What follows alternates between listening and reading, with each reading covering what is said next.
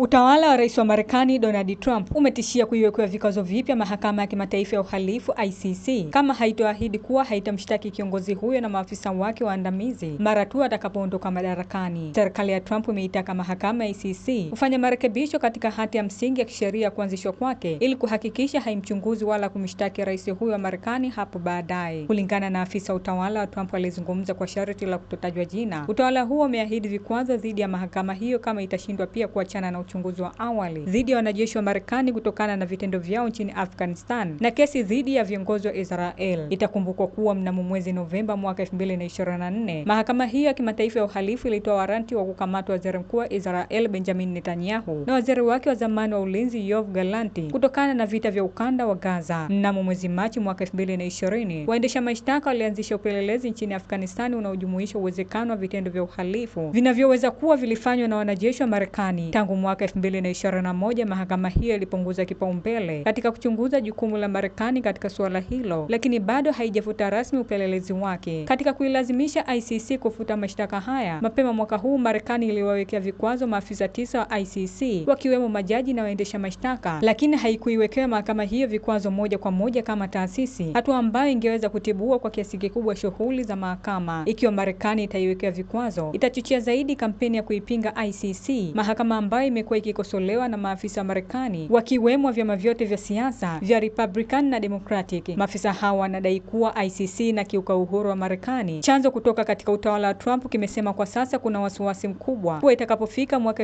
2029 ICC itamulika Trump, makamu wake, waziri wa ulinzi na wengine na kuanzisha mashtaka dhidi yao. Licha ya wasiwasi huo, chanzo hicho hakikusema ni masuala gani hasa yanayoipa wasiwasi serikali ya Trump yanayoweza kusababisha kuchunguzwa na mahakama hiyo. Kulingana na afisa huyo wa Trump, Marekani imeshawasilisha matakwa yake kwa nchi wanachama wa ICC ambao wengine ni washirika wake na pamoja na mahakama hiyo. Marekani hata hivyo sio sehemu ya mkataba wa Roma ulioianzisha ICC kama mahakama ya mwisho yenye mamlaka kwa washtaki wakuu wa nchi.